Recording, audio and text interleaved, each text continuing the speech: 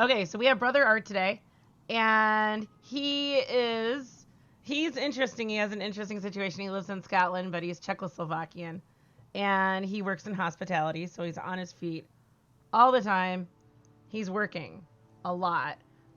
He has a job much like I'd say most people these days. A lot of people, even in America, are doing jobs, lots of delivery jobs, carrying things, greeting people. I think fewer and fewer people are sitting at a desk and doing anything. For a while, we were all sitting at desks, and now it's like people are getting out there and doing more active things. So, BrotherArt, how many, about how many hours per week do you get to play Destiny 2? Like when I played, I'm not currently playing for about a month. It's no time for that. But yeah, I played few hours, like let's say 6 hours in the week. And with Destiny, you need to play that 6 hours a day to achieve it something. And for me, as a new player, and I play on console, so it's a little bit different than you guys on computers. But it's difficult, and I didn't see any improvement in the year, and with all the kids and all the toxicities, what is in Destiny nowadays, it's really hard, and I'm hard on myself, so I'm trying to push in myself more further, and with the quality of my gameplay and quality of gameplay of the people who playing since Destiny 1, it's I don't have chance in that. Right, you're on your feet all day, you're actively doing things with your hands. You don't get to sit in front of a computer and do things. So, about and this is an important point because I've read on a lot of forums, a lot of young fathers have complained about Destiny because they're raising babies and 2-year-olds, and they have a commitment to their families, and the only time they really get to play Destiny is like 10 p.m. after the kids have gone to bed and the wife is settling down, and so they don't really get to dedicate much time to the game. And I've read, like, on Reddit, a lot of them were like, I just don't have time to grind stuff out all the time, and I feel like I'm getting way behind in the game. So, a couple of questions. What differences do you see between console, which you're on, and PC, like seeing me play every day? I how I'm saying, I'm new in this, so I tried it on PC because on Steam is Destiny is free, same like for PlayStation, the basics one.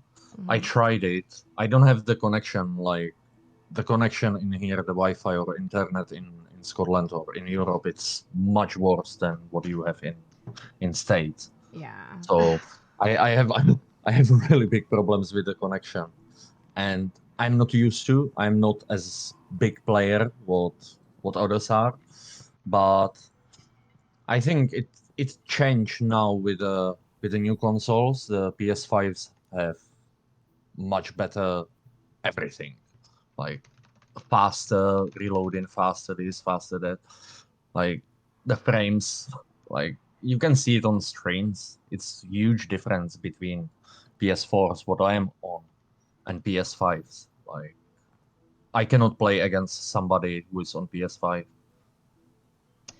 That makes sense, especially the PS5s have improved performance so much. I wish I could get one. But it's more like playing on a PC. They can now compete with PC players on PS5. So, what is the hardest content that you've been able to do with the time that you have to put into the game? Like of course I tried trials with, but Ooh. I was carried by people with like 1.8, 2.1, 2.3 KDs. Like they are insane good players, insane good streamers as well. So they do help. The community was, I think, community of Destiny, of what I know streamers and what I know some of the players from the streams, like amazing community. There are people who really help me out.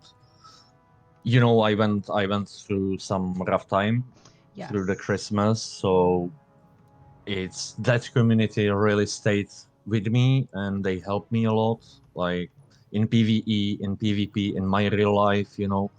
It's always nice you can turn to somebody to help you. So yeah, it's amazing how we stay together, but you know how is it with Destiny nowadays? Everyone leaving, everyone playing different games, and Yeah, it's just so as someone who has a lot of time to play the game, I'm having a hard time finding people who can do the end game content with me because most of my friends have left the game. Most of my really like experienced friends have left the game. And with other people, you know, we can't necessarily get our schedules aligned, or people want to do end game content, but they just haven't been able to put the time and effort into getting the right guns to get them through it.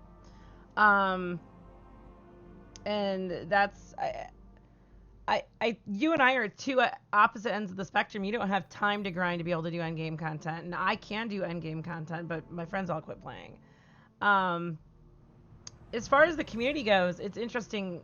I think every community has a lot of toxic people, and I think some of it has to do with the youthfulness of the community. But I've noticed with Destiny, regarding the youth, I've met a lot of younger people in Destiny who act better than some of the adults. Like they just are really good kids. And I think Destiny in the beginning drew a different kind of person than it does now. And I don't know if that's the BattleNet to Steam change or like the quality of the content, the kind of person who's drawn to what we used to have. But to what you said about the community being, you know, positive and supportive, certainly my Twitch community here is just built mostly around Destiny. And in my opinion, we've got some pretty incredible people here. It's a very strong, tight-knit community that's open to new people as long as those people aren't uber toxic. And whenever someone does go through something tough, which is inevitable, everybody goes through something tough, the community wraps itself around that person. And I've not seen that in other communities, in other games. Not to say they don't exist, but yeah, there's just something about this community that's really positive. yeah, So, it's go ahead. I think in now about you streaming and about your Twitch community, like I am with you since give me a second, 11th of November, so a little bit over half year. And I know from the beginning when I came and we have few chats and talking with people, like this is what keeps me always positive. Like it's lots of fun. And I was when mom was alive, she was asking me how I'm doing, through the first lockdown, and I was like, look mom, I was growing up, it's the gaming at home wasn't that, like my parents didn't like it, so I didn't have computer, I didn't have consoles, I didn't have anything like that. We was playing outside, and I was like, mom, I cannot do anything, so I bought myself PlayStation 4 Pro, and I'm playing with these people. And mom was like, oh, it's only for kids. I was like, wow, you will be surprised. I'm one of the youngest in the community, like, How and old was your mom? she was 62 before she died. That's funny. Yeah, so what's interesting is a lot of people do have the mentality that gaming is just for kids, but like my generation, I'm an X-gener, and we never really left gaming. And I've talked to some who were like lawyers and businessmen, and they were like, yeah, wow, I used to game. I kind of wish I could get back into it, but I think I saw a study where it showed that older people were playing games more and more, and it's like maybe it's not that we have older people coming into it. I mean, we kind of do, but gamers are getting older. It's really that simple. Yeah, that's the thing. Like I think in our youth, or the people who are now around 40, theoretically the gaming came on when we was kids. The consoles, the first consoles came on in 90s, let's say. I don't know exactly. So we growing up on that one, or Like your first those modern people. consoles. Yeah. Yeah. The first consoles, yeah, they was in that I think I time, got my so- Nintendo in man, like 1990ish. Can't remember. So let's say now I'm playing a game on my phone, right? It's a mobile app. It's they celebrating this year 7 years of the game, and one of the streamers and YouTubers he was saying, now imagine you have player who playing this game from the beginning, and he started when he was 15 or when he was on high school or university. So those people are now in their mid 20s, 30s. Like how long the game functioning, you know, and you will get this old, not old, but older people in there. Same is with Destiny. How old Destiny is. Yeah, it's incredible. It's kind of mind blowing how long. I think Destiny's been around for almost 7 years now, and I didn't start playing it until Destiny 2 came out. So this is old hat for some of my friends. Some of my friends have played it the whole time. Hardcore. They're hardcore players. Like I played Destiny. It's amazing game. Like it's a really nice game. Something new, you know, for us and this thing. But past few months, it wasn't. The game doesn't fill me up like it was before. Like you know, I was every day I woke up in the morning. It was through the lockdown.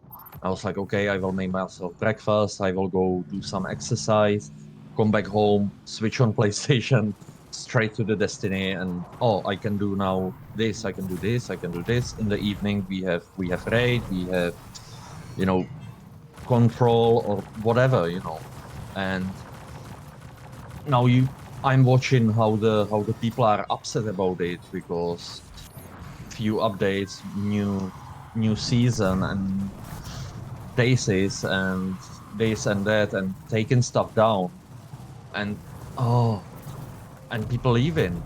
New games coming out and they start playing new games and you know now I'm what I was saying 2 days ago, 3 days ago in the chat. If they take down Dreaming City, I'm not coming back to this thing. Yeah, and you saw the Joker video with us where he pointed out the little pyramids in the trailer, and I'm like, no.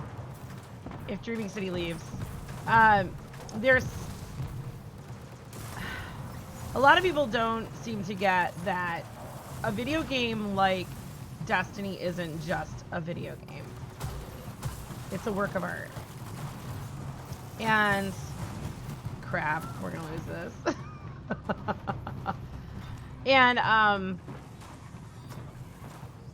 when you have a work of art, there's a lot more to it than just putting the moving parts together and have someone go through it. There's an emotional part to it. And for me, you know, I have the benefit of being a newer player at the beginning of Destiny 2, so there was that. There was all the magic in the game for me.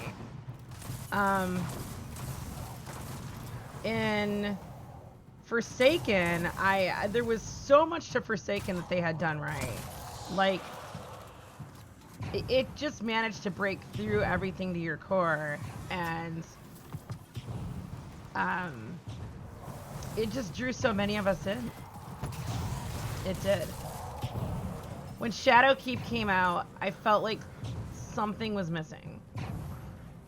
Something was missing that didn't give me, and it was an emotional connection too. I just wasn't feeling that connection to the game anymore, but we were still able to go back and play the old content that we enjoyed to feel that spark. And now they've taken away all of that stuff that gave us the spark for the most part. While I love Tangled Shore and Dreaming City and have spent a lot of time there, and I think Cursebreaker is my favorite title. All the stuff I went through to get Cursebreaker. I I don't want to spend all of my time there. Like I need to switch it up. I need some variety. And the stuff that they've created in the last year is so monotonous. It's just playing the same boring activity over and over again instead of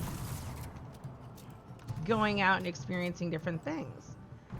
So yeah, I'm trying to put my finger on it. I've been thinking a lot about that lately. Like, what is it? And I think what we've had is a personnel change. Somebody's missing from Destiny. Somebody left the company. Someone who made it. Someone who brought the magic in. And I don't know exactly what happened. I'm not working there, so I don't know who it was who made that change. But Destiny needs to get its soul back. 100%. So, what I would say as a newer player who has experienced that, like having that feeling with the game, what is probably the most frustrating thing for you at present? The most I think was when the Beyond Light came. Like, I don't say, everyone was blaming Stasis, but in the end of the day, you need to get on with it. Like, yeah, it was overpowered. It was a bit disaster in PvP, but I was quite upset how they sunsetting stuff. Like, theoretically, we were talking about this loads of times. You pay for something what you cannot use.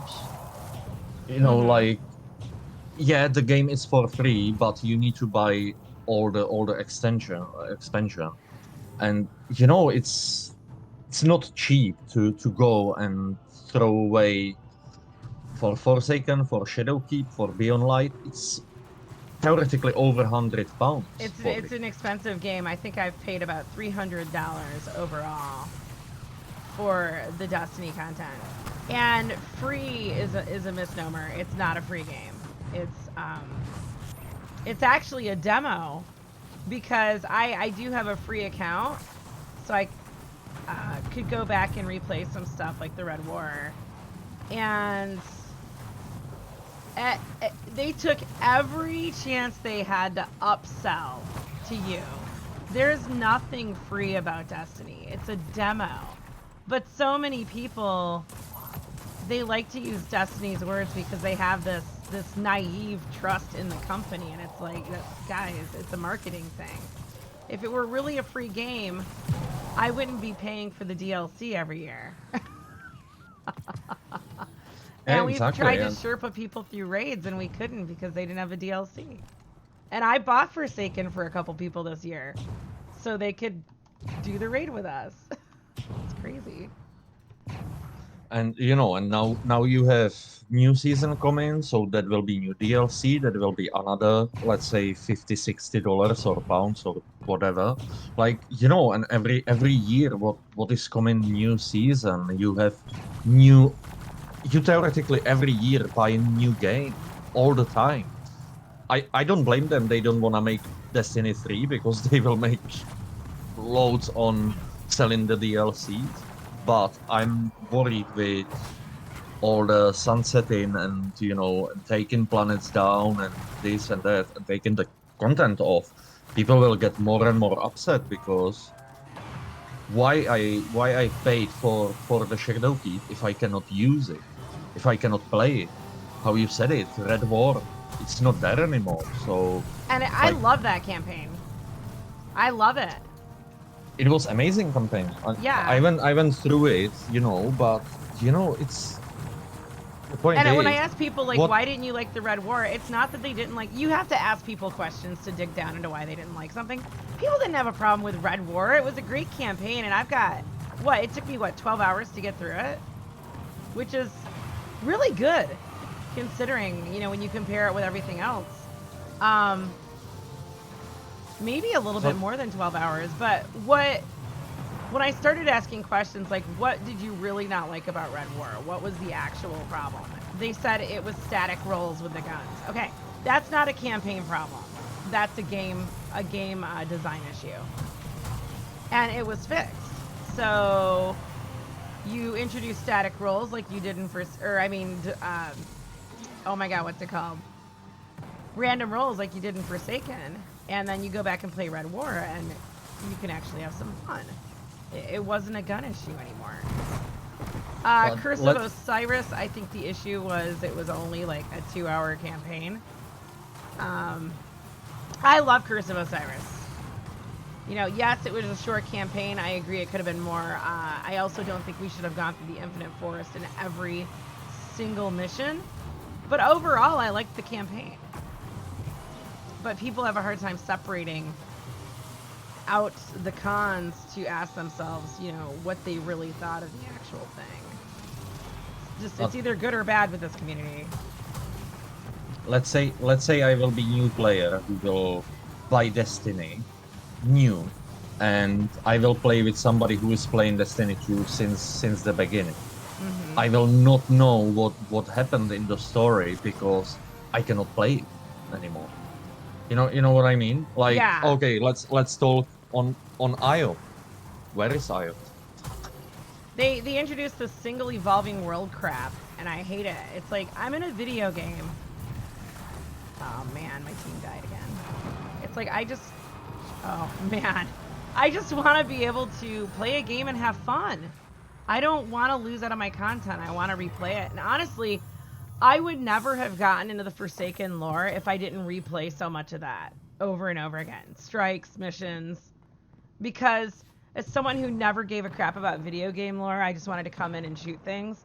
I started hearing things. Like, I actually started paying attention to voice lines that I kept hearing like 20, 50 times over.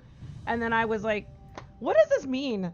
And then people would tell me, or I'd go look it up in the lore, and I started taking an interest in the story because of exposure.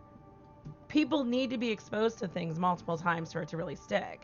So, I think when it comes to really having an enriching experience in the game, Destiny is incredibly dropping the ball by not letting people replay campaigns. They've never let us replay campaigns in Destiny 2, guys. Like, people have been asking for that since the beginning. Like, hey, Bungie, let me replay my campaign. I don't understand why I paid for this content. And that's really what it is. You're paying for the campaign. Why can't I replay it? It's on my computer. And I don't understand why Bungie can't just give you rewards. They're being incredibly stingy with rewards. You're in the game. You're padding their numbers just by playing the game. Why do they have to dictate what activities you're going to play?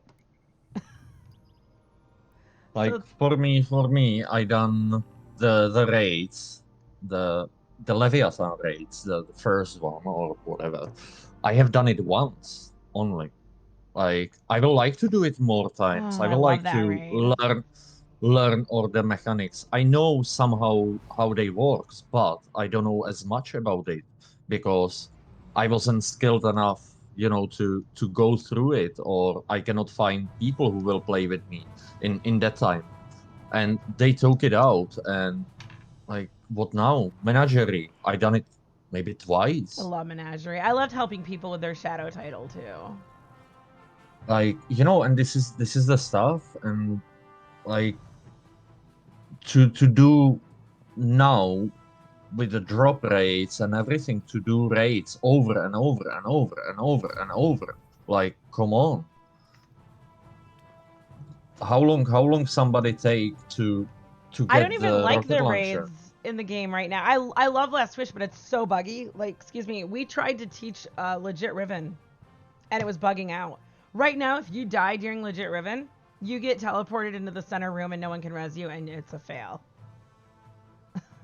You can't do Legit Riven unless you flawless it, and if you're teaching people for the first time.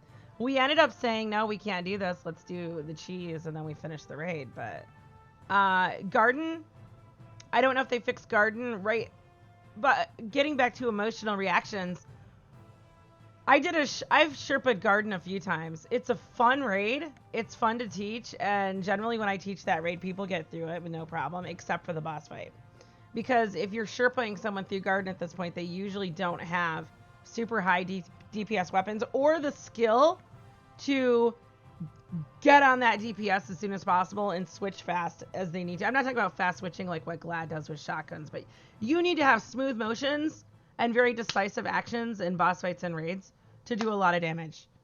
I am not going to DPS as much as like my friends who do low man challenges, like 3-man raids.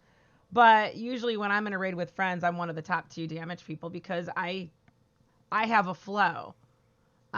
So you can put my weapons on someone else with less experience. They're not going to do as much damage as me until they get that flow. And that requires experience. So with Garden, Bungie fixed it so it's way harder to one-phase now. Like, you have to have mega cheese in order to one-phase that boss. And like most raid bosses, the more phases you go into, the harder it gets, the more ads it throws at you.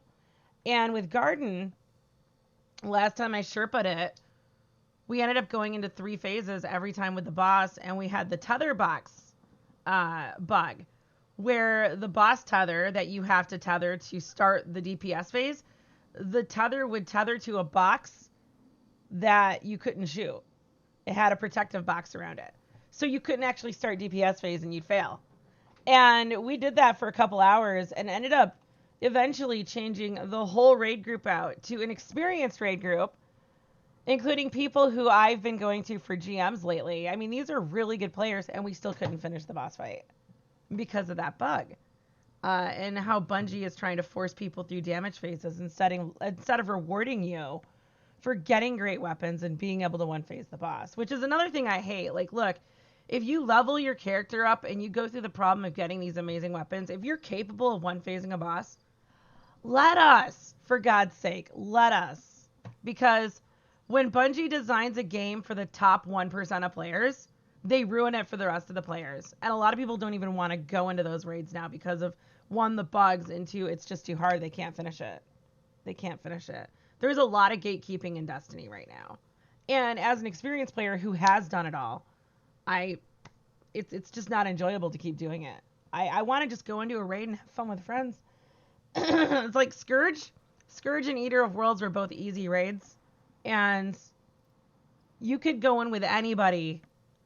They were introductory raid experiences, and everyone could have a good time. It was an opportunity to look at people's loadouts, help them learn what to look for on weapons, let them try different things. You didn't have to rock one loadout. You didn't have to do a meta. If you wanted to switch it up, you could, even if you weren't going to do as much damage. The raids were more forgiving. And so I liked using Eater and Scourge to build up people's confidence for raids and then take them into something else. And then Crown of Sorrow, wow. Talk about a hard raid. That was all about mechanics and flow. Flow was the top priority with Crown. And I had bad experiences with that raid because I had super toxic raid groups or raid groups that just kept failing. And so last summer I joined a clan that was working on Crown because they wanted to get flawless. And I ended up doing flawless with my clan twice. And I learned that raid so well. I ended up Sherpaing it and people got through it just fine. It's all about, learning how to teach it in a way that makes sense to people. But Crown became one of my favorite. It was an incredibly stressful raid that went from me being scared of it, like what are we going to do today? What's going to happen to us? To me loving it and wanting to play it more. And that was the newest raid before Beyond Light, or the second newest raid before Beyond Light, and they removed it from the game. Like, really? You removed Crown of Sorrow. Nice job, Bungie. Nice job. So they took away activities that you didn't just have to master, but became fun as you mastered them. There was some kind of character to those raids that people really enjoyed. And I feel like, I think with those raids, there was a lot of mystery. And even as an experienced player, I'd go in and ask questions like, what is this? Like, what are we looking at here? Like with Eater, you get into the final boss room and it's like, where the hell are we? What is this? Why is Nessus over there? And excuse me, while we have a lot of the music in Beyond Light is amazing. And I think the music carried Beyond Light because you hear it and it really adds to the environment, the ambiance of the game. Deepstone Crypt, there are some encounters I like and some I don't. it's a raid I could take or leave. But I feel like environment-wise, it all looks the same, and it's kind of boring to me. There's no mystery in Deepstone Crypt for me. I think they could have, when you read the Exo story, which is really evil to its core, I think raid design-wise, when it comes to ambiance and mystery, they could have done way more than they did. I feel like Deepstone Crypt is kind of stale. And Garden, while it's incredibly beautiful, it all looks the same. It all looks the same. There could have been more mystery with that too. They've stopped taking they've started taking the mystery out of raids. Like that left with Garden. That left with Shadowkeep. Like I have done Garden once for the Divinity run, but yeah, it was fun around. Like, you know, the DSC I have done a few times. I got the Eyes of Tomorrow on my third run. What? So yeah, Damn. there was people, I know players who have done all 3 characters every week. Long, over 100 runs of DSC, Yeah. and didn't have it. And you know, and it's in my eyes, from my point of view, it's like, how the heck somebody like me who plays, you know, few hours, or let's say few hours, doesn't have the experience, have it, and people who help in others, they don't. Like, you know, and it coming, I can see in the people, I can hear from them how frustrated they are because of they don't have it. Mm-hmm. Like 1K voices, I got it on my first run. I ran it once, I don't need more because I got it on my first run. And you know, I don't say it's bad it drop in randomly, but I think there should be some pity system into it. Like, okay, you will run it 20 times and you will get it on 21st time. Like, not run it 100 times. So, okay, you mentioned you only have to do the raid once because you've gotten 1K. Yeah. Is that, if you had the resources in the network, is that a raid you'd want to do again, or do you just see no value in replaying it? It was fun raid, but it was what we have there. There was bug when you come to the one of the rooms, and you deal in the damage on the hand or leg or whatever you see. Oh, the boss room. Yeah, the boss room. Oh, yeah, it's boss room. And it doesn't let us. We deal the damage, and it reminds a little bit of HP. And we done it, and it doesn't let us through, and we died, all of us. So we done it again and again and again and again, and we always deal the damage what we need to go through. So it and we bugged out didn't. on you. Yeah, so it was difficult. Like, you know, people were upset about it, and yeah, it's a nice raid. Like, If I it enjoyed worked, it. would you It want to was- do it again? Yeah, I will. Like, Okay, you so know, bugginess in the game is ruining the experience. Go figure. And that is the problem with raids. Yeah, we've had the new raid bug out on us too. Oracles. like I have done the new raid once, but I was with bunch of people who theoretical, all of them are Sherpas for the raids. Mm-hmm. So I went through like, Art, you stay in the corner, we will do it. So, you know, I hate didn't. that. I was like, in the end, I told them, "Oh, guys, thank you," but I want to I play the didn't. game. I didn't learn anything. Right. Like, it seems easy, but like, you know, with DSC, it was. I done the raid, let's say 5 times, and I knew exactly every single step in the raid. Mm-hmm. Like, in my opinion, the raids should be more challenging. Like it was some kind of difficult, but not as much as I will expect it. They have to teach, but they took me through. They done it like, you know, they was taking it like another piece of meat. Like I don't think you should advertise that you're doing a Sherpa raid if you're gonna just do everything. I've had people want to join my raids who, again, had done low man challenges, and they're like, I can do both roles. And I'd call them out. I'd be like, no, we're teaching people how to play the raid. You need to stand down. You're gonna assist. Now, I have been in situations where I don't want to lose my friends. Not like, oh my god, they're not going to be my friend anymore, but like they don't have time to be in a raid for 9 hours. And I have run into situations where people just could not get the concept that day. And that's actually quite normal, guys, to learn something new and just not be able to apply it. And the funny thing is, when you come back the next week, and I've invited people, I'd be like, hey, you know what, we're going to have you ad clear this encounter. And we're gonna put someone in it because we need to move this along, unfortunately. But if you want to come back next week, we'll put you back in this role. And it's not because, oh hey, you suck. It's like, hey, Diebeer actually understands how the human mind works and learns. And sometimes you're not going to be able to execute that. And I'm trying not to have the Sherpa raid be a bad experience like what I was in when I was being taught raids. I was never taken out of a role. I was able to fulfill my role. But I was in situations with other people who just could not get it. My longest raid was 9.5 hours, guys. Because we had a guy who just kept making dumb mistakes. And that's another thing. Some people just don't listen. And they... Like, the guy in my raid was going over for motes in the boss fight, and he kept trying to melee a Minotaur and getting one shot by the Minotaur and dropping the motes, which meant we basically failed the encounter. So you can't fix that if people refuse to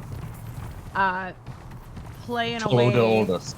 Yeah, you can't fix that. Other people just need to. Sometimes the brain just needs to like experience something and then sleep on it. When you sleep on something, that's when your brain starts to make those connections. And that's why they tell you to get a full night's sleep before you have a test. You're statistically going to do better. I prefer to be carried all the time, 9 hours. Lol, that's painful. Oh my god. Yes, dude. Yeah. So if you're just not getting it, look, sometimes you just need to come back later and do it again. I've never had anyone come back, but I also don't do a ton of Sherpa raids. Because I need to have people who... I need to have people with me who can help carry, unfortunately. That is the word.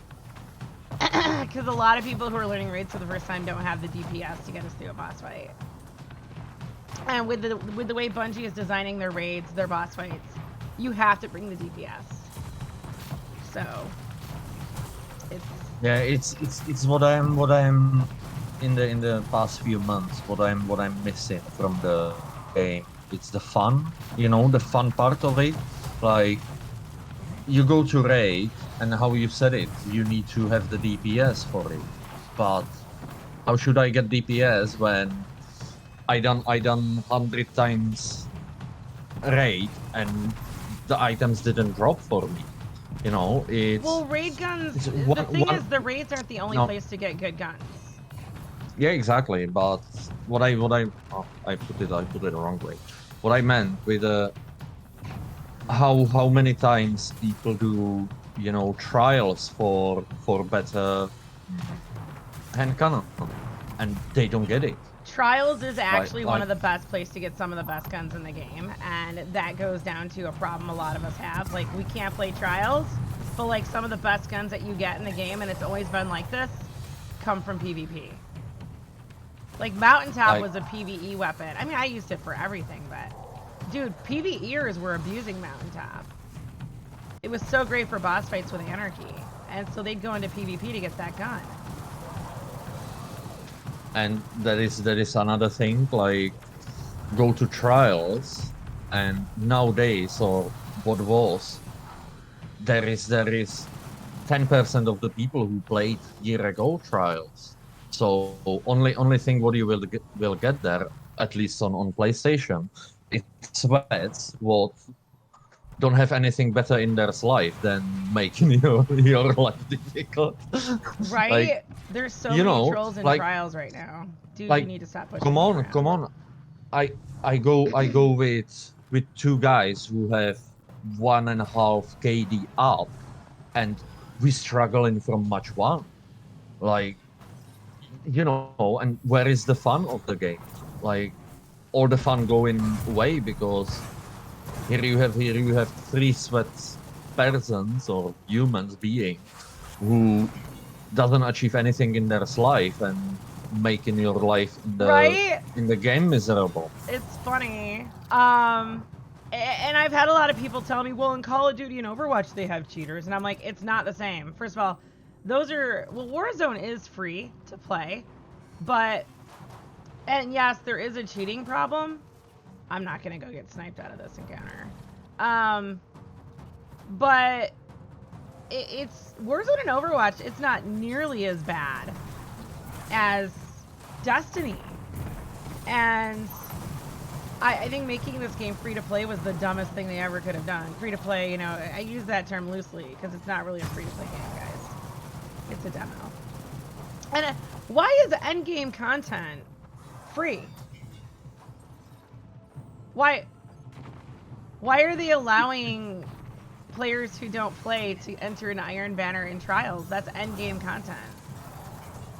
I remember one of your streams where you were doing the free one, the free runs, and from the beginning they pushing you to PvP. Like, they always push you to player, PvP. Yeah, I'm a PvE. For new player. Oh, the free account when I was doing New Light, all of the time. Oh my god, dude. So chat, they put you on a quest to take you through the entire game, and they make you spend so much time in PvP as a new player. In every mode, and I'm like, why the hell are you making me do this, Bungie? You're like, seriously, why the hell are you making me do this? This guy is like AFK. Like, to jump to 2.5 KD players, like you spawn somewhere, you make few steps and you dead. Like, bye bye KD. It's not a good experience. They should not be putting new players in there. What experience you will get from the game? It will finish. I'm saying, if you don't have fun with the game, don't play it. Don't bother to play. Yeah, like, and that's what a lot of people are doing. In my opinion, you have the gaming industry to free up in your free time to little bit escape from the reality of your life. Like, for me personally, it's like I'm staying all day in the kitchen. I want to just calm down, you want to just unwind and have fun. Peaceful game. And how can I have peaceful game of trials or raids or anything? Like, it's why I stopped with Destiny, because I don't have fun. Do you not play at all now? I don't play month and a half. Like, I didn't even bother to log in. Like, I have the account, but wow. I saw the solstice now. I was looking forward because last year I didn't finish it, and I was like, no, I will not even bother. No, I'm waiting for next season, and I will see, because I bought the Beyond Light with it was the big pack, the platinum one. Yeah, the one that I got with season pass. With the season passes, there was, I think, 5 season passes, or how many? So I will have season pass for next season as well, and I don't know if I will play. I haven't even finished this season yet, and I need to get in and do the story component, and I just don't really feel like it. It's the first time ever that I've not wanted to finish the content. Like, I start playing for fun, for my fun. I play Assassin's Creed. It's single player, no PvE, no nothing, no nonsense. I need to level it up to finish everything. Now I bought Outriders, the new one. It's fun game. I tried it. I finished the main story. I'm doing now the challenges. It's fun. It's a fun game, and I have few people who play Destiny, who play in that now. Which And game is that? everyone, Outriders. Oh, Outriders. Outriders. Yeah, I need to go back to Yeah. that. Yeah, it's fun game. I heard they Like just the got a patch story. update too. That's really Yeah, good. it's there was problems with drop rates. They fix it up. They increase the drop rates of stuff, what makes a huge difference. But it's new game. They see they have problems. People complaining about, and they do something The about it. Outriders has been directly responding to the community. Yes, I've noticed that. Bina, you just do trials on Stadia. It's easy, you hear. I've heard that too. I'm not playing Stadia though. Like Google can fuck off. You hope D2 gets better in the future because you really enjoy playing on Twitch. Yes, this is the funnest game with friends. You don't play anymore right now though. You and I, have we ever played? So Bina and I are in the same clan. We've known each other for a while. Have we ever played Destiny together? We played Overwatch together and it was fun. Overwatch doesn't have a lot of cheaters that you've seen. Yeah, I've reported one guy for cheating in Overwatch. And I looked up a video on Overwatch cheating, and dude, it's very well done. When you do have cheaters, it's not obvious, unlike Destiny, where people do it just to troll. It's crazy. Like on PlayStation with Trials, there was DDoSing, but it's theoretically nonsense. So you don't have cheaters. They just using DDoS, That's it. Like they cut you off from the team, and they cut 2 people, and what you can do alone against 3 players. Oh, we did Iron Banner. 1v1 with the Titan. He was scared of us. He ran. We did trials together? Really?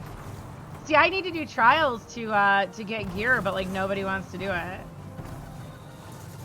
And to be honest, now I'm waiting for the Diablo 2, the remaster. I bought Diablo 2 Resurrected the other day thanks to Psycho Mark, who actually bought it for me. He is the sponsor of that game. I'm very excited because I love Diablo 3. It's fun. Yeah, I theoretically grew up or not grow up. Diablo 2 came in 2001, so it's 20 years back. Yeah, I played it on my first computer when I was 18. So I grew up on that was my first game what I ever played on computer. Wow. And I have it on my computer now, and I play Diablo 2 like all the time. I never played it, so it's gonna be a new experience. I was a little weary because a lot of people complained about the character models being androgynous, and they're like, this is a fantasy game, this can't be that way. But I watched an Asmongold video about it, and he was going through like the artwork and everything, and I'm like, oh my god, this game looks incredible. And honestly, the character models look realistic. Like the women look like real, like authentic women bodies, you know? And Oh, people forgotten about, or what people forgotten about, they put out the alpha thingy, alpha version. So that's when people started was complaining. They didn't like they how the complain character they models complaining, looked. and I was like, come on, you have beta ahead, you have release ahead. It's coming out in September, right? I think it's 9th of September, something like that. But it's like the game isn't finished. They can still do things in the game to change stuff. It's why they done it, the alpha version, Yes. to see how the game works. If this one needs more shading or more light or whatever. But in my opinion, the game looks amazing. Like, you have all the game. What for me, it's it for me will be amazing to play it because I played it first time when it came. Mm-hmm. You sound excited about it. I'm excited. You I was sound excited when about Diablo, whereas Destiny, it's like I'm heartbroken. And I've been using Diablo a lot as a comparison because, like I said yesterday, you can go into Diablo and they're just gonna throw shit at you. Like, here's a bunch of loot, have fun. And a lot of it's mediocre, but if you look at a piece and it has promise, you can go change a perk. That's your crafting part of it. And it's gonna be good for at least a little while, and you can enjoy it. With Destiny, I've done so much farming, and like this damn sniper rifle from the moon, I keep getting crap rolls. I just cannot get my god roll, nor have I gotten the curated. And it's like, how many freaking runs of altars do I have to do for one gun? This is ridiculous. Like, Bungie needs to come up with a legit crafting system, not Luke Smith's idea of a crafting system. Like, bounties is not crafting, guys. It's a bounty sim. Like, we did trials with Litzy. Okay, I do remember that. We got 5 wins and then ran into cheaters. Dude, the last, I think 3 or 4 times I got to game 7, cheaters. We couldn't get to the lighthouse because of cheaters. And I was with some good players too. It's crazy. And dude, all they have to do is put it behind a paywall. It was never this bad. Never this bad. I don't understand how can somebody cheat or, you know, do some shortcuts. Like, where is the fun from the I game? can't even begin like, to explain it because I just don't. I am not of that mentality. I have no idea where to even begin with why someone would cheat like that. I just don't get it. Like, because they're not doing it for loot. I mean, it'd be pretty easy to just. I mean, these are people who go in and cheat over and over again on the same weekend. They just want to troll people with cheats, and they can. And I don't think an anti-cheat's the answer because, guys, Valorant, when it came out, was touted as having the best anti-cheat out there. Well, there was a cheater program a week later that got around it. Overwatch, Bina, I don't know why Overwatch doesn't really have a rampant cheating program. I mean, they're there. And come on, if you're an experienced player and you've got replays on, you can tell if someone's cheating. Like, I reported one guy for cheating in my entire Overwatch career. Because when the dude seemed sus with how good he was with Soldier. Like, and just watching him move around, I was like, this looks like stuff I've seen in Warzone with machine guns. So I went back to the game. Now, Blizzard introduced this new thing into the game where you can go watch a match, kind of like you watch Overwatch League, and you can move around. And I saw the guy tracking me through a wall, and I was like, yep, okay, wall hacks. That means he probably also has aimbot. And I reported him. But I honestly have not gone up against many people in Overwatch who I feel like were cheating, and I know what it's like to go up against a good player. Like, you can tell the difference. So, I don't. Does Overwatch even have an anti-cheat? I don't think they do. But hey, you're going to pay at least $30 for that game if you're going to go into it. And another thing is, I think, in my opinion, Overwatch does a really good job of their loot system. You can get everything fairly quickly in the game, like, over the course of a year, because a lot of it's event related. But yeah, it's not a free-to-play game. Warzone is free, and there is cheating in it. But with the way the game's designed, we're able to go in and have a good time, even though we go up against cheaters in almost every game. And what we'll do is we'll call out whether or not we think they're cheating. I mean, you see it here on stream, and I'll be like, well, it's funny because Big Gun wants to just kill people, and I'll be like, dude, pull back. We're not fighting these guys. They're cheaters. Like, turn and walk away. And basically in Warzone, you can pick your battles. In Destiny, you have to fight them. You're in a game with them. And God, there's so much wrong with PvP. And it's funny, a lot of players complain, like, you know, you should punish people for leaving Iron Banner early. And it's like, why would you punish anybody for anything when you need to get your cheating problem under control? And then if you don't have skill-based matchmaking, and you don't have skill-based matchmaking in Iron Banner, and you're forcing people to do bounties, why would you force a casual to play against some of the people I know? Like, oh my God, I don't want to play against my friends. They're way too good. And casuals don't go into PvP simply because they go up against my friends. And this is why skill-based matchmaking is necessary. You can see it exactly. Like you go to the march, or friends of mine, they go into the march and they post in that on Discord. Like, look what I have in Iron Banner, and you see both of the teams. You will have two players who will have over 30 kills, and after you have somebody who will have 10, 12, and under that, it's 1, 2 kills. Like, what is the fun on the game for the last guy who have 1 kill and wasn't able to move anywhere because anywhere he moves he got shut down? Like, Just like I've told people over and over again, and chat sees this all the time. I don't care if I win or lose. I want to get in there and accomplish something. If I have to do bounties, I want to make progress on my bounties and not just 1 kill a game. I want to actually make progress. And it's also no fun for me. I am bored in a game. If I went in with Snorlax one time and I was like, dude, I can't do Iron Banner with you tonight. We'll do it another day. Snorlax is really good. He'll get like 40 plus kills a game. And we went into a couple of Iron Banner matches. I couldn't find anybody to kill. I couldn't find anybody. Like, they were all dead all the time. And so I left. I'm like, I can't progress my bounties because I can't find anybody to kill.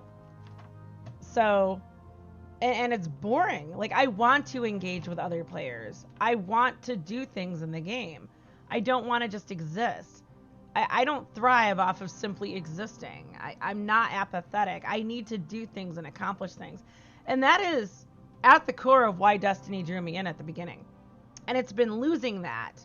I feel like there's been a lot less of accomplishment focused goals since Shadowkeep came out, and it's even worse now. Although Shadowkeep, the first season, when you have triumphs like get 500 auto rifle kills with a seasonal weapon, why does that exist? That's useless. Come on, give us like a real triumph. You know, give us something.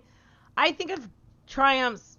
Triumphs should be one of two things. One, to help you explore parts of the game that you might not know were there if you didn't know the triumph existed. For example, in the event, okay, there's always been a cat in a cave below the EAZ. And yesterday I was like, hey, chat, you want to see something cool?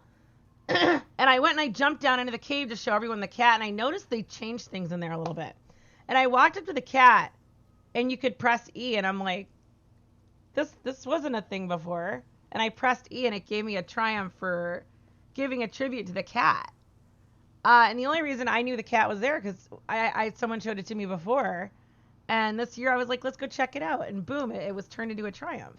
Most people won't know that cat is there until they look at their triumphs and they'll be like, okay, where is this cat? I need to find this cat. So that's a good, and also the cats around the Dreaming City. There's a triumph for feeding all of them. And because of that triumph, you know that that's a thing in the game. The other thing is to improve your skill as a player, to become accomplished. This is why we have flawless raids, completing all the Grandmaster Nightfalls, trials. I don't like the flawless title because again, it's not fair. Like, I used to be able to, in Season of Arrivals, I actually helped people get their seven game wins. You had to get 7 wins or something like that for a triumph. And I was able to go in and help people get that. And then because of Solstice requiring people to go in, suddenly we had a ton of Recov accounts in there. And I don't want to shit on Recov accounts because I have a lot of friends who make their... And I have mixed feelings about Recovs. But the problem with Recov accounts is your best players are on Recovs when they're not on their own account, making money, which I don't have a problem with. My problem is that players like me who are trying to find a time and a space to accomplish our goals in the game without having someone do it for us are always going against elite players, whether they're on their own account or not. So there's a lot of, there's no integrity in the PvP system in Destiny. The other thing is cheaters. Like, then cheaters with Beyond Light got even worse. Even though people have been complaining about cheating for a long time now. Ever since the game went free to play, cheating got really bad. And it's gotten progressively worse. And you could say the game's getting more popular, but when you look at the data, Destiny has lost millions of players, guys. It's lost over 99% of its player base since Destiny 2 was released. So you can't tell me the game is more popular. You know, on an average day, we have about 65,000 people on the server. That's it. I think it peaked at 11 million during Forsaken. I got you. Rip Asman, he is in Final Fantasy Online right now. Looks like fun. Bina, I am actually going to download that. I might download it today. I want to check out Final Fantasy because it might be fun. Okay, I don't like either one of those. I don't like those, and whatever. I did 3 Nightfalls, got 1 plug 1, and it's a roll I don't want. Like, I don't know. Chat. It's disheartening, and when you feel that way, you're not gonna want to go back in and keep running Nightfalls. And I realized I was doing the easier Nightfall because, you know, I didn't have any friends to run it with because no one's playing the game anymore. But, yeah.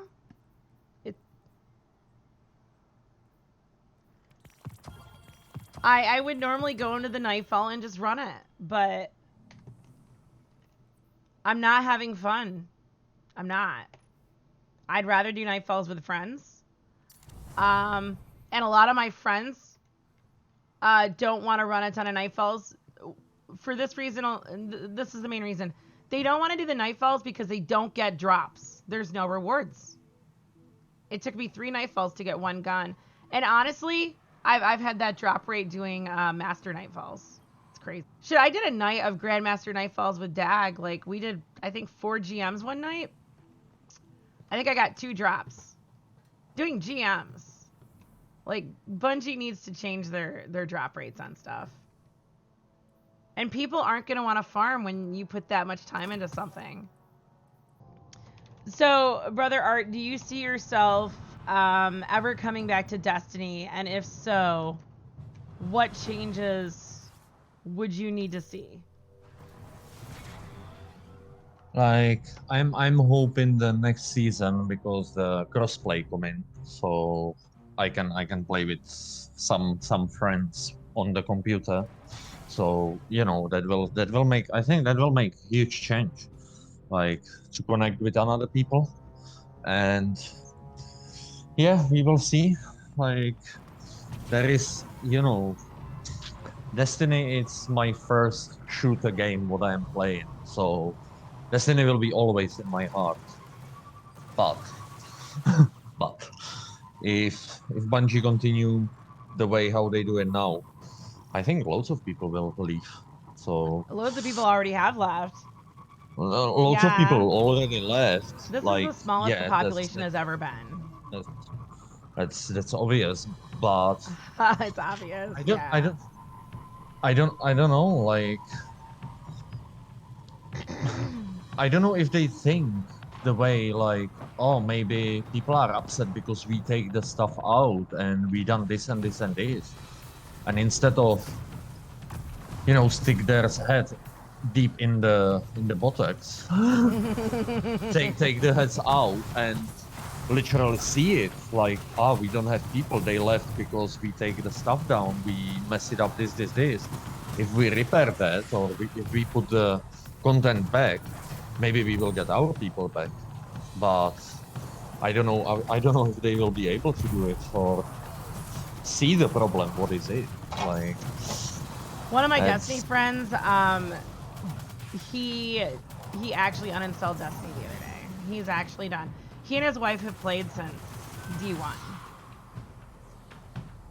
I believe they met through the game too. It's funny. But yeah, they're done. They've been playing Apex.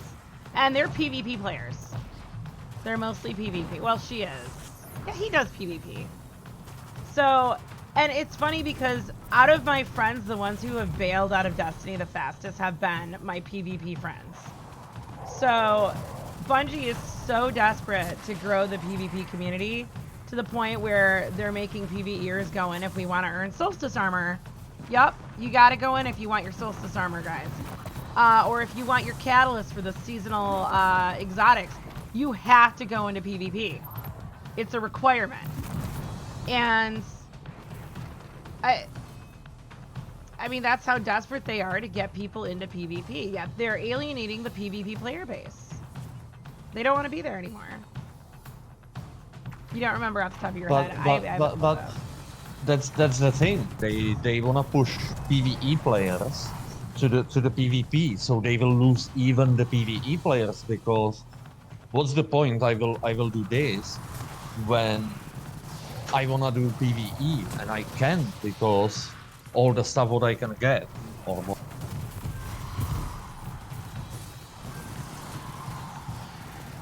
Yeah, I went into PvP the other day to get my Solstice armor done. I had to get 30 limbs. Fortunately, it's not final blows. It's just like all limbs, and which is rare. Usually, you have to get final blows. And I was so pissed off after 3 games. And we had cheaters in our lobby for all 3 games. It was pretty much the same lobby. I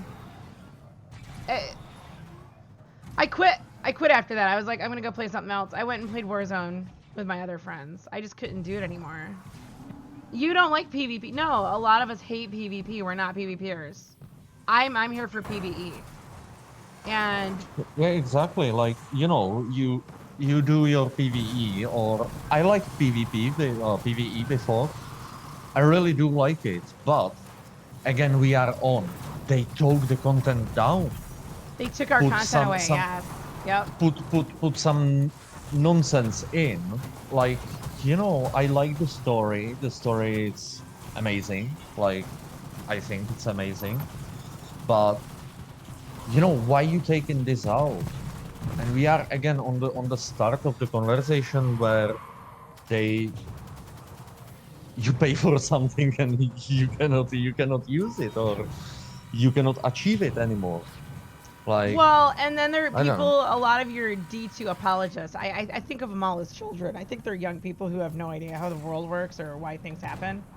They have to be with how they're always apologizing for Bungie. And they're like, well, the game's too big. And it's like, dude, I just installed Ark. It's probably the biggest game I own. I play Warzone, and I have Modern Warfare with it.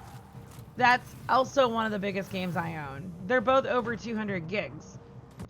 If Destiny wants to be an MMO, which honestly, I didn't sign up for an MMO. I signed up for a looter shooter, and that's exactly what it was when I got it.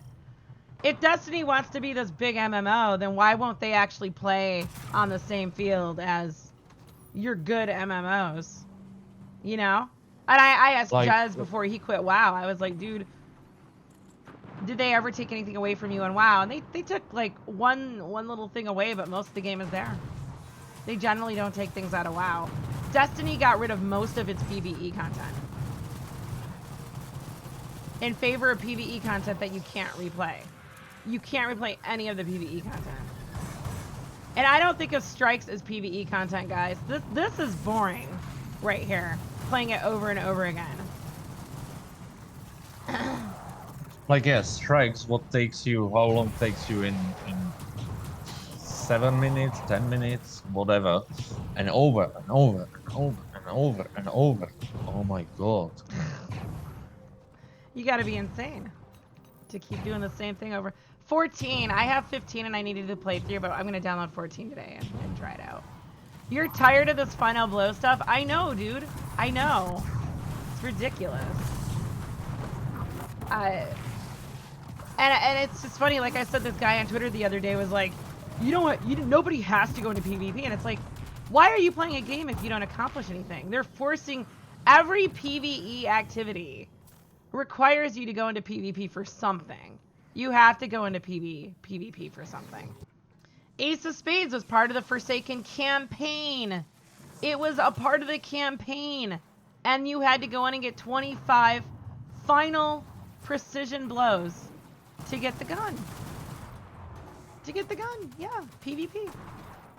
I hated it. You wait till Beyond Light and got it from the shop. Dude, I still haven't gotten all my sidearm kills, and I have to go in and get those sidearm kills because you get points for 4 kills. Within the season, you get it. Otherwise, I have to get 20 kills with a sidearm. 50 kills. Dude, sidearms are trash in PvP. Like, I don't want to do that. I don't want to do it. Excuse me.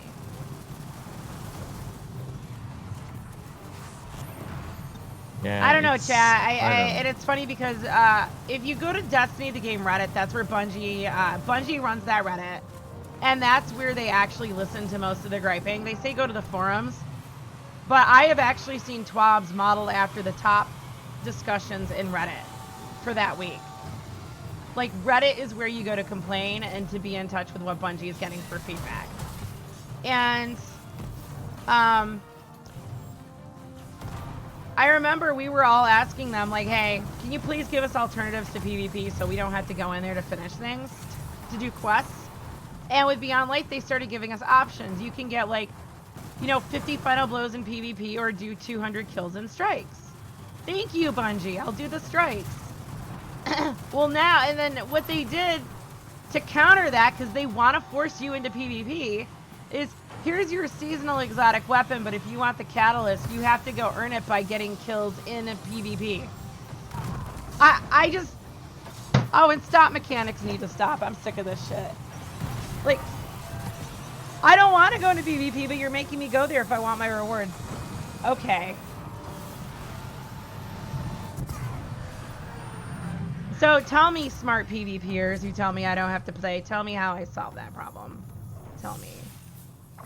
Like, that's the thing. Like, I think in games like this, where you have the option to play PvE and you have the option to play PvP, should be like that.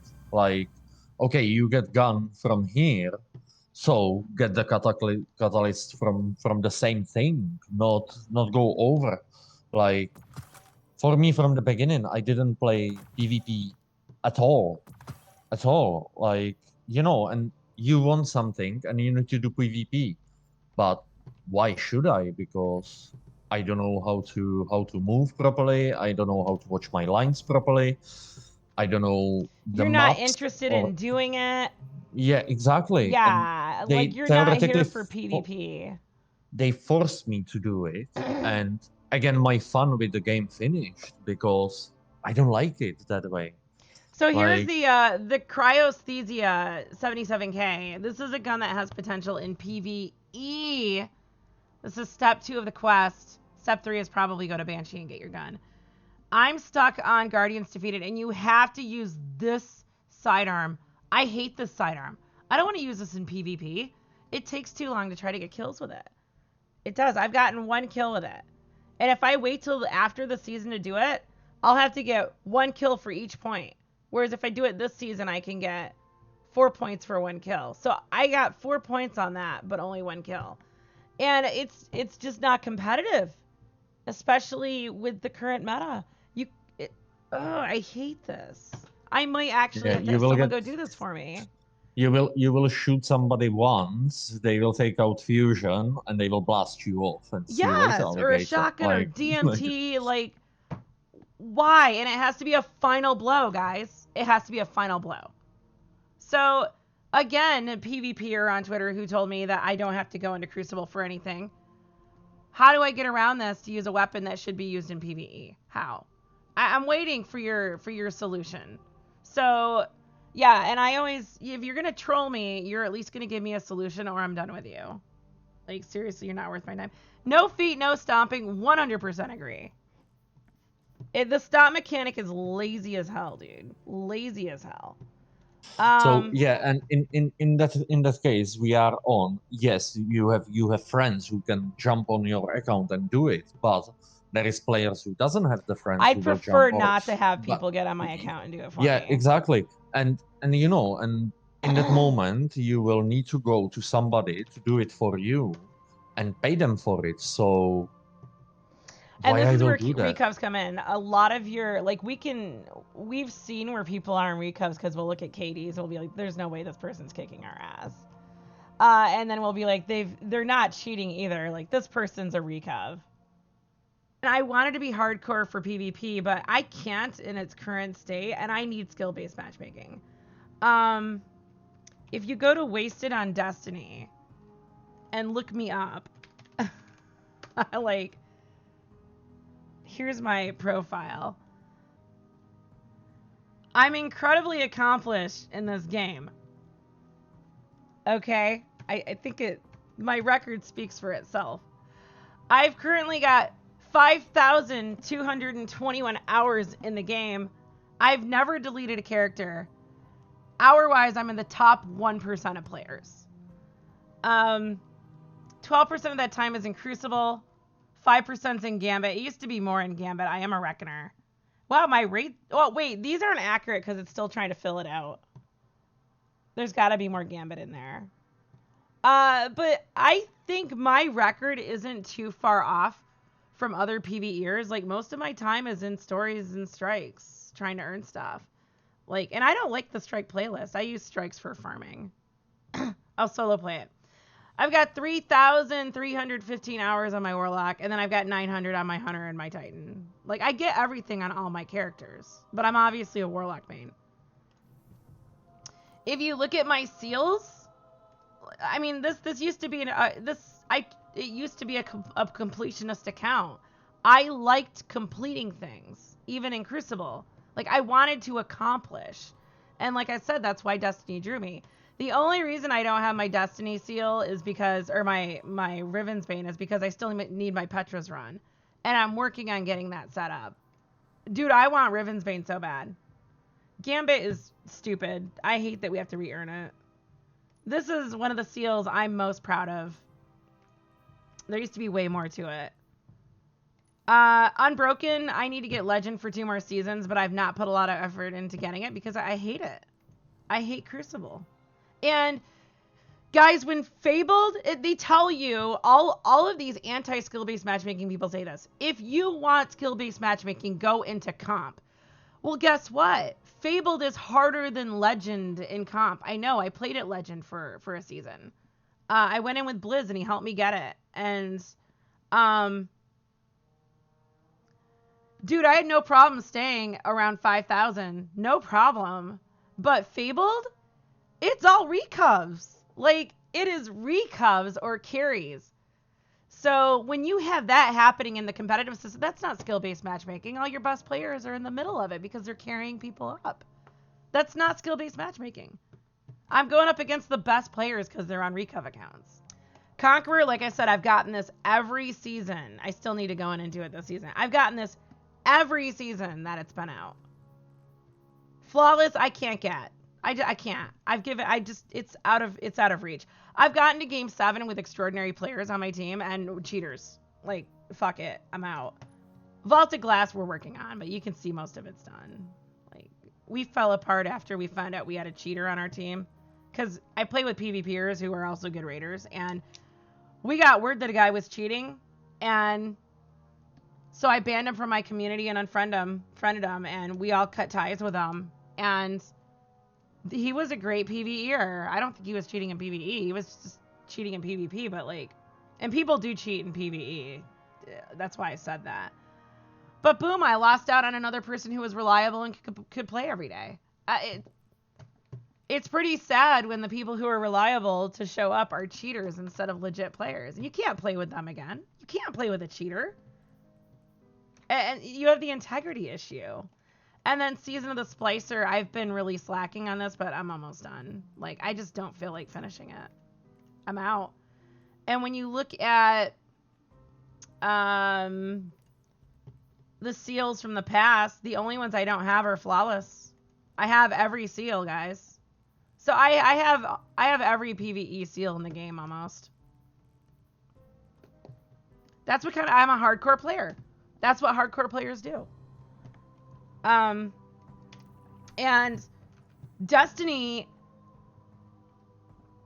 in the recent years, while on the Vidocs, Luke Smith and the rest of Bungie would be like, we want you to play your way, whether you're a PvPer, a completionist, you know, a raider, whatever. And completionists have taken the hardest hit of all with this game because we can't go into trials and complete that stuff. It's impossible. Unless you pay for a recov. And then they've put so much stuff behind a paywall. What I really liked about Destiny is you could earn everything in the game. And I like earning things. I enjoyed going out and figuring out how to get stuff and earning it. Now, so much of your stuff is locked behind a paywall. They have screwed completionists over so badly. And it's like, this game has taken away my core reason for playing. And then I said that completionists have been screwed over the most, and I think PvPers would disagree because honestly, to be very honest, if you're a PvPer, dude, I don't even know why you're still playing this game. I really don't. I mean, I understand the movement's amazing, the gunplay's amazing, but it's frustrating. And Crucible can be fun. I've had fun in Crucible. I have. I'd be lying if I said I didn't. And I do want to play it, but this is not the way. Like, the only way Bungie can get casuals and PvE mains to play PvP is by forcing us in to complete our quests. And that's exactly what's happening. Same, we slayed in Iron Banner. Dude, we had fun in Iron Banner. But dude, I went up against cheaters in Mayhem. Like, and that's another thing. I would be willing to go in every week and get my Crucible done if I could play Mayhem every week. Like, Bungie doesn't let you choose your game mode. They force you into different game modes. I hate momentum control. I find it it's boring. I don't want anything to do with momentum control. I'm an ability player. I want to play with abilities. Mayhem is just fun. Slam back some beers, go in, and chuck a bunch of F-bombs at people. It's great. There's no reason why we shouldn't have that. Destiny 1, if you want to solve the PvP problem, get rid of the free accounts. No one who's in a free account should be in PvP. That is the biggest source of cheaters in the game. Facts. And we've seen that, there's a strong historical correlation with that. And allow people to pick any game mode they want. They've removed game modes that I thought were fun. Put all the game modes back in. Put all the maps back in. Oh my god, dude, it's like the same 5 maps. Like, I get it. I get it when my PvP friends bitch about maps. They want new maps, but dude, I think they'd be happy if they just got their old maps back. Like, there's no variety. I hate getting the same map over and over again. And before Bungie removed any maps, someone on Reddit did a breakdown. He played like 100 games, and he checked off every time he hit a map. And there were like 3 or 4 maps he got for most of those 100 games. And there were a lot of maps he got only once. And it's like, why is there no variability in the playlist? There's got to be some kind of algorithm they can put in there to get you into different maps. Same thing with the strike playlist. Like, there's 3 strikes that pop up all the time. And we have more than 3 strikes in the game. So, but this one will be more difficult because of how many people nowadays play in PvP, and if you match with the people, with the lower number of people, the algorithm won't work for changing the maps, because there will be always from the 6 players who will do 2 versus 2 or 12 players in Iron. No. So what Destiny does is they will keep you in the same lobby. You're going to stay with the same people unless you pull out a queue. And even if you pull out a queue and go back in, the odds of being in the same lobby is pretty good. That's because of connection-based matchmaking. I've had to actually leave and go to the tower to reset my connection to that group and then go back into Crucible to get away from them. That is a thing. And the interesting thing about Destiny is if you're trying to reset something, you need to figure out how to game it. I'll get to that point in a minute. And I've had a lot of PvEers agree with me. If Mayhem were available every week, I'd be more likely to go into PvP. So the game modes aren't alluring. Also, PvE players tend to be people who love their ability builds. Don't nerf my abilities. Let me make the best build I can. I do ability builds. Like 2-minute supers. I have a couple of builds where I can get my super in less than a minute. I have YouTube shorts on it. It's fun. I love doing that. It's like a zen moment to just kill a bunch of things and do your thing. And that's why I like Mayhem. I can just get my super and chuck it. It's fun and entertaining, and I do all right with it. I know how to pair my Nova Bomb with a hand cannon so I can get it to break up before someone shoots it and destroys it, and then I can get a quad kill with it. That's skill. Like, you have to learn how your kit works together. You can't just chuck a Nova Bomb and have it be successful, because if you do that, it's going to be the worst ult in the game. And I play off meta in PvP, and I like it. But, oh, also, the guy I was talking with, the cool guy on Patty Cake's tweet, one of the things he wants is more team-based, objective-based PvP stuff. I like the one where you go set the fuses, and then you defend it. That was fun for me. My team usually lost. I was bad at that time, but I enjoyed that. It's gone. It's gone. And I agree, we need more team-based stuff. And I think objective-based PvP controls the game flow more, so that people are less likely to just stay in one area or just disperse throughout the map. So I like the team play. Team play is necessary to succeed in PvP, unless you're a god tier player or a cheater. You most certainly would go in Mayhem if it were every week. Yeah, dude, I love Mayhem. I love it. Countdown, yes. I love Countdown. Yep, that's what it's called. A VIP or true capture the flag mode would be fun. Yeah. Dude, Overwatch. Oh, and I think the interesting thing is, if you, I've looked at some studies about the differences between men and women in gaming, and I've had a lot of people come into my stream, like, I'll be playing Overwatch, and they'll be like, why are so many women playing Overwatch? Or why do so many people play Destiny? And if you look, I think women, you always have your outliers, people always crossing over, but women in general tend to go for PvE content. And that's across the board, all games. Women tend to be more into strategy games, building games. Men tend to be more into shooters and just utter destruction. They like destroying things. That's what the studies have shown. And that explains why you get like these super type A hardcore players in Destiny PvP, and they hate the abilities. They just want a gun game. And I think that's the downside of Bungie being honestly the best in the industry at creating guns. They really are. Their guns are amazing, and the movement's amazing.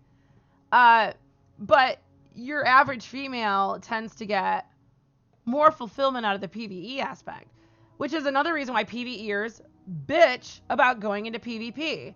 So Bungie is treating us all like we're the same, but the fact is, there are gender differences in gaming. It's been shown. They're not social constructs. It's just, you know, what actually makes you feel fulfilled in the game. Men and women do go for different things. Why are you forcing your PvEers into PvP? And I have seen, there are a lot of guys who go for the end game content, and it's different. There's the intrinsic value is different, though. Even though you've got like your different groups within PvE, your hardcore type A men versus your women who just want to go pick flowers or whatever. Two extremes, guys. A lot of us are in the middle. We have a lot in common. I'm a type A personality. I like accomplishment. But I need to get the zen moment and relaxation from the game too. And I get bored with repetitiveness. Like, I hate the new season activity because there's too many people in it. It should be a 3 or a 4 man activity. I solo the thing. Because 2 or 3 people can destroy everything. And I hate that sometimes I can't kill anything. It's boring. I don't want to be bored in an activity. Again, it's a waste of my time if I'm bored. Bungie is so good at the leadership at Bungie seems to be utter trash. You don't lose over 99% of your player base and say, "Oh, we're going in the right direction." Terrible leadership. But when it comes to your artists, your musicians, the people who actually design the guns and control the movement of the player, best in the industry in my opinion. Seriously. And that's why this game is so hard to leave. It's really hard to go into another game and go, "Wow, this feels good." Nah, it doesn't. I think the only game, there's 2 games where I feel like the movement feels amazing, and it's Overwatch, which it's Blizzard, people. Come on. Like, of course it's gonna be good. Even though Blizzard has a lot of problems right now, like very unhappy developers, terrible leadership. Their games are still the best in the industry. Warzone feels amazing, it blows my mind because it's such a stuttery game with there's so much it's so taxing to your PC, and the frame rate is often terrible for people, and you have to force it to use the graphics card, but it feels good. The guns actually feel good. And what I like about Warzone that Destiny can learn from, gun customization. And that I'm going to get into another day. But I think Destiny needs to completely revamp how its guns are customized. With how hard it is to get a god roll these days, in order to be respectful to your player base's time, I think they need to start letting you earn perks instead of having you just farm for a gun over and over again.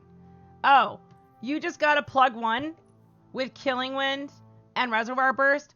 We're now going to add that to your list of perks that's available on this gun. Oh, you just got Time Payload on your True Prophecy. We're going to add that to your list of perks for all of your True Prophecies. They need to start focusing on earning perks for a gun.